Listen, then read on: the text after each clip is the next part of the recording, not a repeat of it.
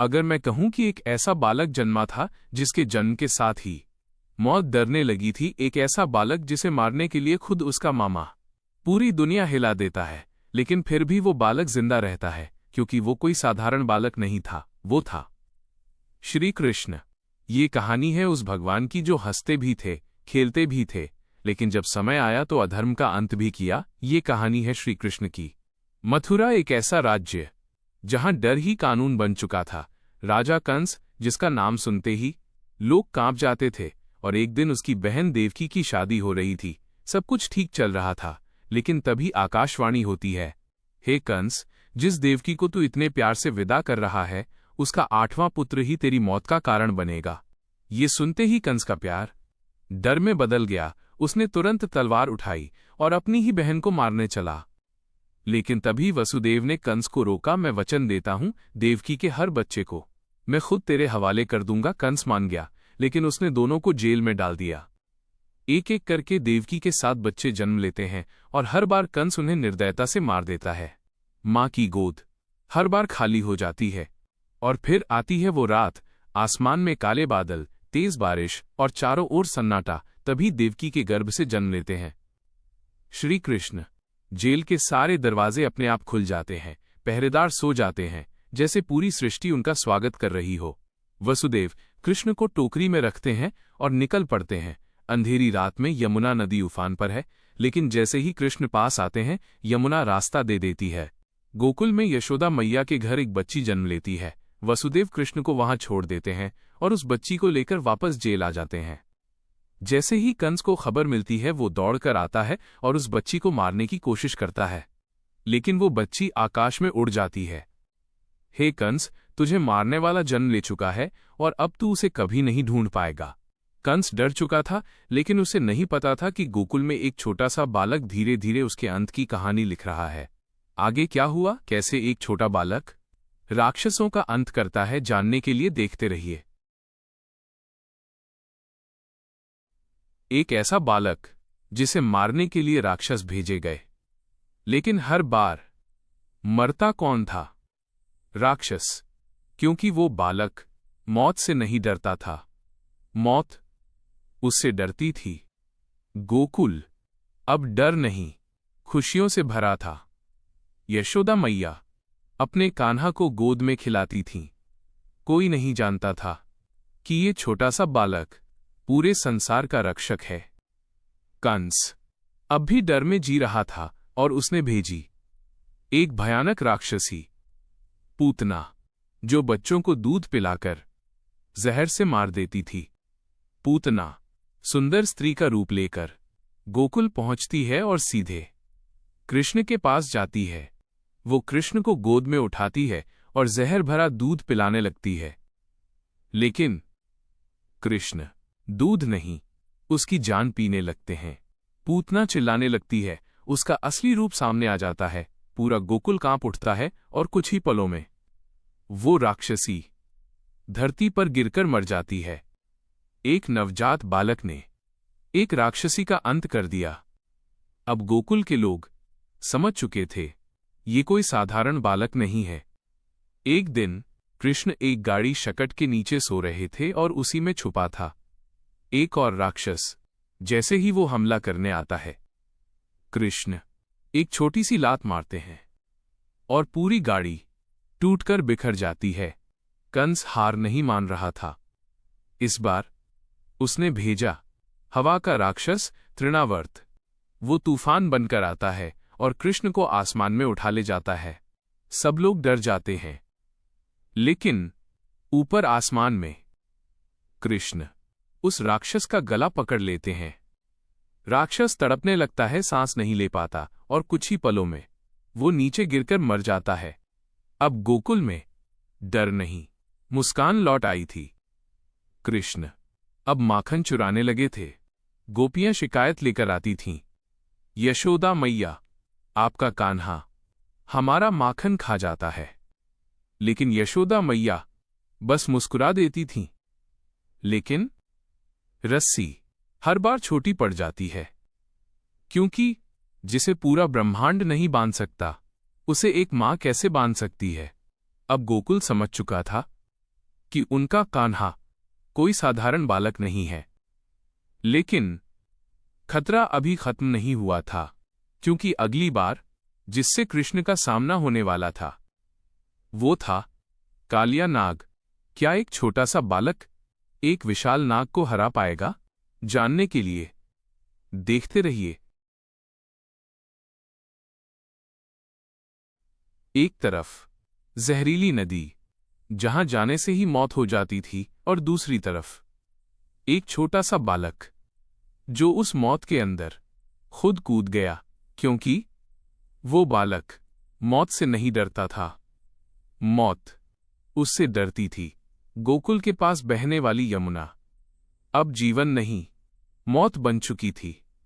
पानी काला पड़ चुका था, पक्षी उड़ते उड़ते गिर जाते थे, जानवर पानी पीते ही मर जाते थे, क्योंकि उस नदी में राज करता था एक भयानक नाग। कालिया गोकुल के लोग उस नदी के पास जाने से भी डरते थे। माएँ अपने बच्चों को चेतावनी देती थीं, उस तरफ मत जाना, वहां मौत रहती है। लेकिन एक दिन कृष्ण अपने दोस्तों के साथ खेलते खेलते उसी नदी के किनारे पहुंच जाते हैं। सब डर जाते हैं। कान्हा, मत जाओ, वहां कालिया है। लेकिन कृष्ण मुस्कुराते हैं और अगले ही पल वो सीधे यमुना में कूद जाते हैं। पानी में हलचल मचती है और फिर एक विशाल काला नाग बाहर आता है। उसके कई फन, आंखों में जहर और क्रोध। वो कृष्ण को जकड़ लेता है। ऊपर गोकुल में हाहाकार मच जाता है। यशोदा मैया रोने लगती हैं, मेरा कान्हा। लेकिन अगले ही पल कालिया को महसूस होता है कि ये कोई साधारण बालक नहीं है। कृष्ण उसकी पकड़ से निकलते हैं और सीधे उसके फनों पर चढ़ जाते हैं, और फिर कृष्ण उसके फनों पर नृत्य करने लगते हैं। हर कदम के साथ कालिया कमजोर होता जाता है। उसका घमंड, उसका जहर, सब खत्म होने लगता है। आखिरकार कालिया हार मान लेता है। उसकी पत्नियां कृष्ण से प्रार्थना करती हैं, प्रभु उसे क्षमा कर दीजिए। कृष्ण उसे जीवित छोड़ देते हैं और आदेश देते हैं, यहां से चले जाओ और फिर कभी किसी को कष्ट मत देना। कृष्ण पानी से बाहर आते हैं और पूरा गोकुल खुशी से झूम उठता है। यशोदा मैया उन्हें गले लगा लेती हैं। जब भगवान इंद्र अपने घमंड में अंधे हो गए, तब एक बालक ने उन्हें उनकी औकात याद दिलाई। गोकुल के लोग हर साल इंद्र की पूजा करते थे, लेकिन इस बार कृष्ण ने कहा, इंद्र नहीं, हमें गोवर्धन पर्वत की पूजा करनी चाहिए। इंद्र को ये बात पसंद नहीं आई और उसने गुस्से में भयानक बारिश शुरू कर दी। आंधी, तूफान, बिजली, पूरा गोकुल डूबने लगा। तभी कृष्ण आगे बढ़ते हैं और अपनी एक उंगली पर पूरा गोवर्धन पर्वत उठा लेते हैं। पूरा गोकुल उस पर्वत के नीचे आ जाता है। लोग कृष्ण को देखते रह जाते हैं।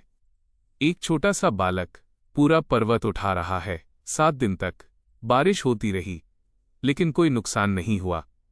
आखिरकार इंद्र को समझ आ गया, ये कोई साधारण बालक नहीं है। इंद्र कृष्ण के सामने झुक जाता है और माफी मांगता है। अब पूरी दुनिया समझ चुकी थी, कृष्ण सिर्फ गोकुल का बालक नहीं है, वो भगवान है।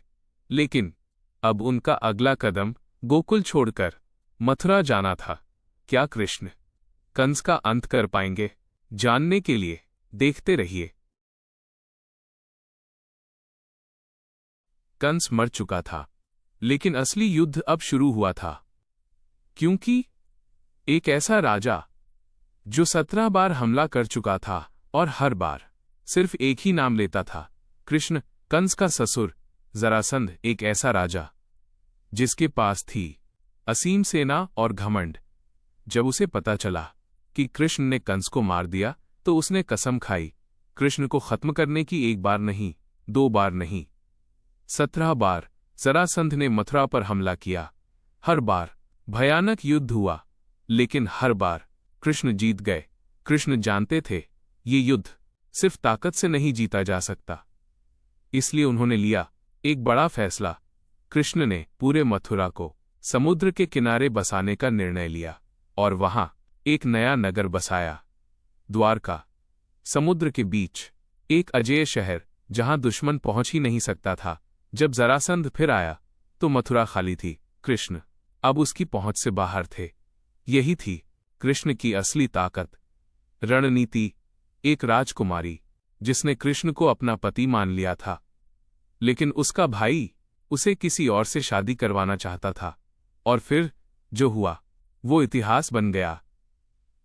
रुक्मिणी, विदर्भ की राजकुमारी, जिसने कभी कृष्ण को देखा नहीं, लेकिन उनकी वीरता और महानता सुनकर उन्हें अपना पति मान लिया। लेकिन उसका भाई रुक्मी कृष्ण से नफरत करता था और उसने तय किया रुक्मिणी की शादी किसी और से होगी। रुक्मिणी चुप नहीं रही।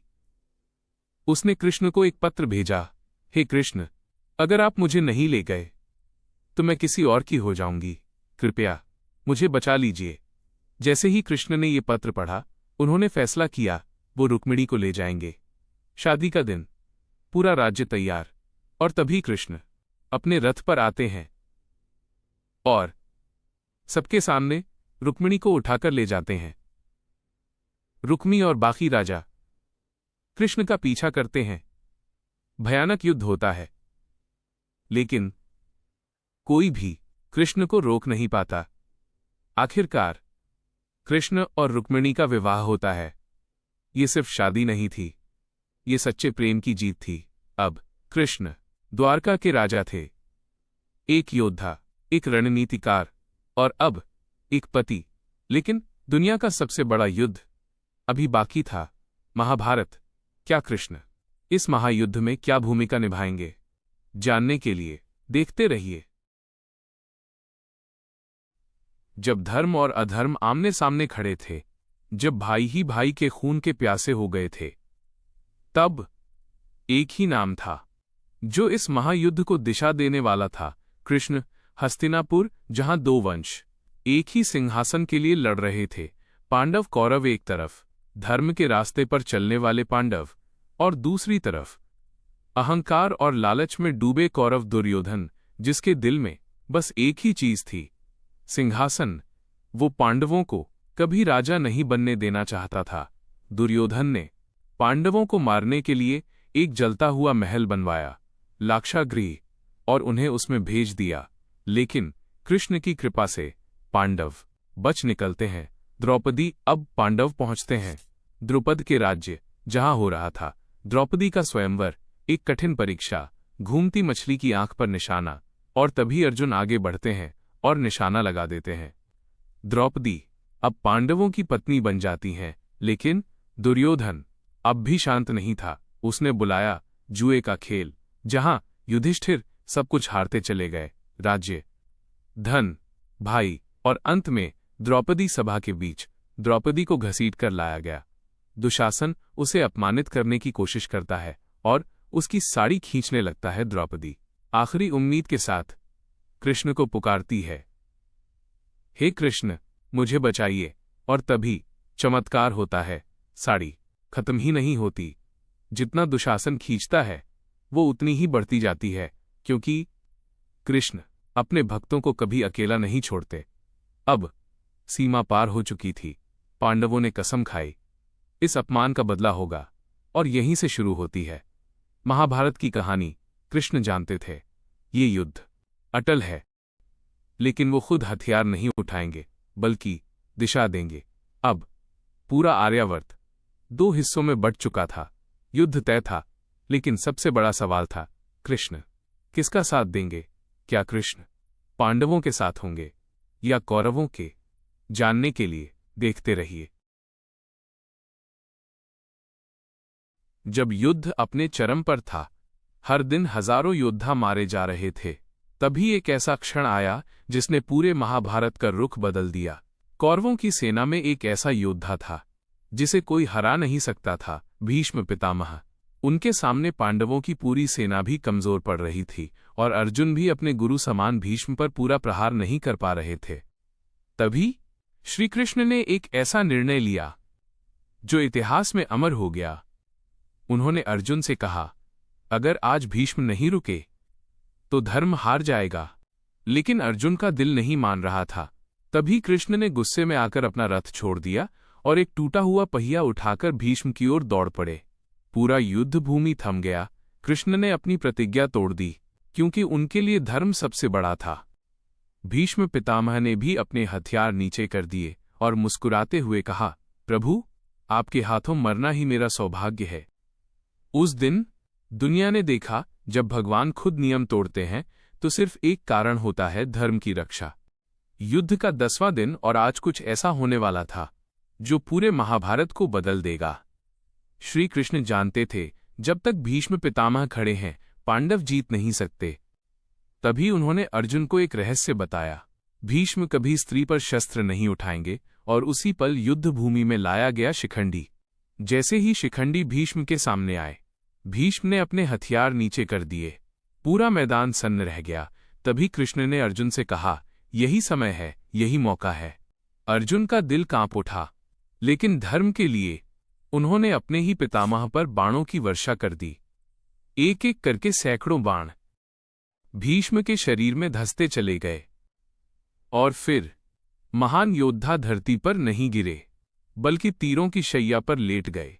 पूरा आकाश गूंज उठा। देवता भी ये दृश्य देखकर स्तब्ध थे। भीष्म ने मुस्कुराते हुए कहा, मैं तब तक नहीं मरूंगा जब तक मैं स्वयं न चाहूं, क्योंकि उन्हें वरदान था इच्छा मृत्यु का।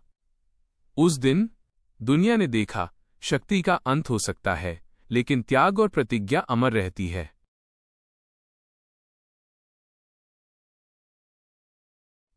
अभिमन्यु और चक्रव्यूह का छल। युद्ध के 13वें दिन 16 साल के अभिमन्यु ने वो साहस दिखाया जो युगों युगों तक याद रखा जाएगा। द्रोणाचार्य, कर्ण और दुर्योधन जैसे महारथियों ने मिलकर मर्यादाएं तोड़ी, लेकिन अभिमन्यु अंत तक लड़ता रहा। उस दिन आकाश भी रो पड़ा था, क्योंकि धर्म घायल हुआ था। अर्जुन की भीषण प्रतिज्ञा।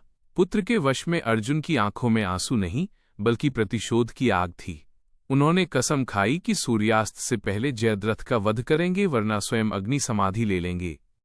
श्रीकृष्ण की योगमाया से सूरज छिपा, जयद्रथ बाहर आया, और फिर वही हुआ जो नियति ने लिखा था, उसका अंत। कर्ण और अर्जुन, दो दिग्गजों का महायुद्ध।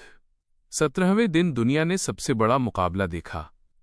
एक तरफ सर्वश्रेष्ठ धनुर्धर अर्जुन, दूसरी तरफ दानवीर कर्ण। जब कर्ण के रथ का पहिया धरती में धंसा, तब श्रीकृष्ण ने याद दिलाया कि अभिमन्यु के वध के समय धर्म कहाँ था। एक बाण चला और कर्ण के साथ एक युग का अंत हो गया। दुर्योधन का पतन और युद्ध का अंत। 18वें दिन भीम और दुर्योधन के बीच गदा युद्ध हुआ। भीम ने अपनी गदा से दुर्योधन की जांघ पर प्रहार किया और उसके अहंकार को मिट्टी में मिला दिया। दुर्योधन का अंत इस बात का प्रमाण बना कि लालच और अन्याय का अंत हमेशा विनाशी होता है। महाभारत की अंतिम सीख। युद्ध के बाद पांडव जीते तो सही, लेकिन कुरुक्षेत्र की भूमि लाशों से पटी थी। गांधारी का श्राप, श्रीकृष्ण का वैकुंठ प्रस्थान और पांडवों की हिमालय यात्रा, ये सब दर्शाता है कि महाभारत सिर्फ एक युद्ध नहीं, बल्कि इंसान के कर्मों का फल है। सीख। अहंकार और अधर्म चाहे कितनी भी ऊंचाई पर क्यों न हो, जीत हमेशा सत्य और धर्म की ही होती है। अगर आपको ऐसी ही महाभारत की अनसुनी और पावरफुल कहानियां पसंद हैं, तो अभी हमारे चैनल को फॉलो करें। यहां आपको मिलेंगी इतिहास की वो सच्चाई जो आपने कभी नहीं सुनी। भारत इतिहास टीवी, जहां कहानियां नहीं, इतिहास जिंदा होता है।